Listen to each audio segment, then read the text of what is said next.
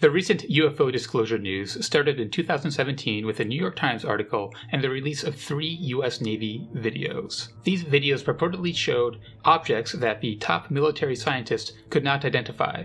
And these objects are what the mainstream media and any follow-up have been really focused on. In fact, they made news again recently when the Navy confirmed that these videos were in fact real Navy videos. In this video, I make the case that these US Navy videos are unremarkable and were released to distract from the very real and bizarre incident from the USS Nimitz carrier in 2004. If you haven't seen my other videos, I'm rather be squidding. I'm trying to get to the true story of the modern UFO disclosure movement. I'll post regular videos, so please subscribe if you like what you see. You've probably already seen the US Navy UFO videos. If you saw them without any context, would you think they were remarkable? When they were first released, I saw them and thought, okay, I really don't know what I'm seeing. Most of them are just showing a dot in the screen of a jet's heads-up display, and there's really no reference to how fast or what the object is actually doing. They are only remarkable when you put them in the context of how they were released. And they were released in the context of, hey, these videos the military has analyzed and they have no idea what it is. More than that, these objects based on these videos are going at hypersonic speeds and velocities that just aren't possible by our current physics. So, with that context in mind, I was very intrigued by these videos. I wanted to know more. And I was disappointed that I wasn't getting a very thorough scientific analysis of the various components of them. Recently, a YouTuber named Thunderfoot made such a scientific analysis. Now, Thunderfoot is a serious scientist. His niche is debunking videos of Kickstarters. So, Kickstarters that claim to get water out of nowhere or provide crazy claims. Thunderfoot comes in and sets them straight. He is trying to do the same with these UFO videos. You can watch his videos yourself. Keep in mind, Thunderfoot is kind of an abrasive character. He really mocks anyone who doesn't come to the immediate conclusions as him, and I think he really overdoes it. It's kind of annoying how many cheap shots he takes at the UFO community, but he does do some solid analysis. I'll be covering his analysis in this video, but if you want to go directly to the source, I do have him linked down below in the description. Let's go by the videos one by one. The first one is Go Fast. The evidence for this being an unexplained video is that this object doesn't show any flight surfaces nor any stream of propulsion, and it apparently is going quite fast. You'll also note that the pilots who are recording this seem quite excited that they are locking on to this target. But that's pretty much all the analysis for this being a remarkable object. In Thunderfoot's analysis, he looks at how far away the object is based on the field of view and how fast the relative objects would be going at this field of view and altitudes. His conclusion is quite convincing, and that is that this object is likely just a flying bird. There's no propulsion because it has wings, and its speed is actually just relative speed to the aircraft, the jet that is flying very fast but has a camera lock on this target down below. So the ocean's moving very fast beneath it, but that's just a parallax effect due to the jet's motion. And as to the excitement by the pilots, this is a very cool technological feat. They are locking onto a small animal as if it's an aircraft, and that's due to the really high capabilities of the instruments on these fighter jets. So pilots seeing this for first time, it would make sense that they might be excited about it. After watching Thunderfoot's analysis of this video, there's really no question in my mind that it's just a mundane object like a bird. The next video is more interesting. This is the Gimbal video. The case for this being an unusual object is that it's a hot metallic object that is flying against the wind, so it's not just floating. Additionally, there seems to be a whole fleet of them, a lot of these different objects.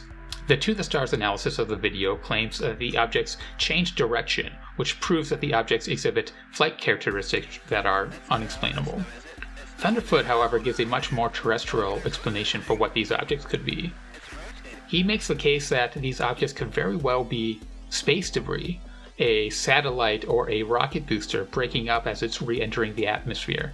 It could even be a meteor or asteroids breaking up. Regardless, he makes a very good case that these objects did not change directions, and the movement is instead caused by the jet flying back to actually get a closer look at these objects. And he makes the point, which I agree with, that it's very suspicious that this video, along with the other videos, are cut off where they are. His analysis shows that the jet was passing back in and would momentarily have it right in its sights for a visual identification, and conveniently the video cuts off right as the pilot would likely say over the radar what he's seeing and what these objects actually are. So although this is an interesting video, I don't believe that it shows what To the Stars Academy claims it shows. The final video is associated with the 2004 Nimitz incident. This incident was first reported by the New York Times in its original disclosure article. This is quite the bizarre incident. So this event starts when the USS Nimitz aircraft carrier was picking up radar signatures out in the ocean of objects that were hovering at around 30 to 40,000 feet, shooting up to 100,000 feet, coming back down, and kind of repeating that cycle over and over again. It's reported that the best intelligence could not explain what these objects were. It was a legitimate mystery. One day, during a routine training mission by a couple fighter pilots, they get a radio message saying, "Please intercept this real-world target." They are taken aback, but they follow the orders and go to engage this object. When they get to the coordinates that were given to them by the Nimitz, they see a disturbance in the water. They see what appears to be like a fuselage of a jet plane, a oval tic-tac shape moving around in there, and then it darts up and engages them. When they fly towards it, it mirrors their movements, and they engage with it in this little playful while for a little bit until it darts off at incredible speeds and they don't see it again. The pilots get back to the aircraft carrier and report what they see. They report the impossible maneuvers that this object seemingly took. Later on, another pair of jets launch and try to track this object. Presumably they do find the object again, and they take videos. These are the third and final Navy UFO video. Again, without context, this video looks very unremarkable. The To the Stars Academy analysis claims that when it swipes off to the left, that is showing that the object is going at hypersonic velocities. Thunderfoot's analysis shows that that's likely not the case, that it's just the camera losing lock and that the jet is traveling at an enormous speed, so when the camera isn't locked onto the object, of course it drifts. He makes a case that right after the video cuts off, the operator would likely zoom out and reacquire the target. After watching Thunderfoot's analysis, this again seems to be just a ordinary video that one might normally capture of a couple jets. It clearly doesn't show any of the movements described by the original fighter pilots. So what's up with the discrepancy between the video evidence and the first-hand testimonies? One of the pilots, Commander David Fravor, has gone public with his story. He seems quite credible, and he seems legitimately convinced that this is an unexplained mysterious object. To the Stars Academy released an interview with another pilot who was up there that day. This report seems credible.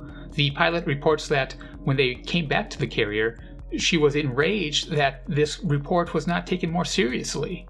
She thought that the commanders potentially put them into a dangerous situation, whether it being an actual unknown entity or a testing of some secret US military capabilities. This report actually goes on to say that this pilot, when she touched down, she made a personal recording of her gun video and still has this footage. This footage is not what was released, however. The footage that was released was the footage of the jets that were launched after tracking the object. So, if these videos are unremarkable, why would the Navy release them? It seems to me quite obvious. The 2004 Nimitz story was breaking. David Fravor had been telling his story to his buddies since it happened. There were contemporaneous reports on internet forums around the time describing the buzz of the crew when these airmen came back with these wild stories. It seems very credible that these two pilots actually saw what they saw when they saw it, and that what they saw is truly bizarre and unexplainable. The Navy, trying to get ahead of the story, releases these videos, which are, one video is kind of associated with that day, but it's likely just the most benign video of that day. And then some other videos which are potentially a little bit strange, but certainly not the same thing that these pilots are describing. So by releasing these videos, the Navy can appear to be transparent and cooperative with these investigations, but by providing these particular videos, they just serve to distract from the real events of that day. They are counting on experts looking at these videos and seeing nothing out of the ordinary, and dismissing the rest of the claims of that day because some of the claims, the videos, don't seem to be true. So while I don't believe that these Navy UFO videos actually show unidentified objects, I do believe in the 2004 Nimitz incident, and I do believe that it is proof that there are unexplained things happening. Whether it be secret US programs, other countries' secret programs, or extraterrestrial beings, something happened. Thanks for listening. I'm Rather Be Squidding. I'll continue to try to get to the bottom of these stories, and I'll post regular videos with my progress. If you have any comments, questions, or suggestions on what I should research next, please leave it down below. My next videos will focus on some theories of what could be behind the USS Nimitz incident, as well as reviews of History Channel's Unidentified Disclosure series. Please subscribe if you find these topics interesting. Thank you.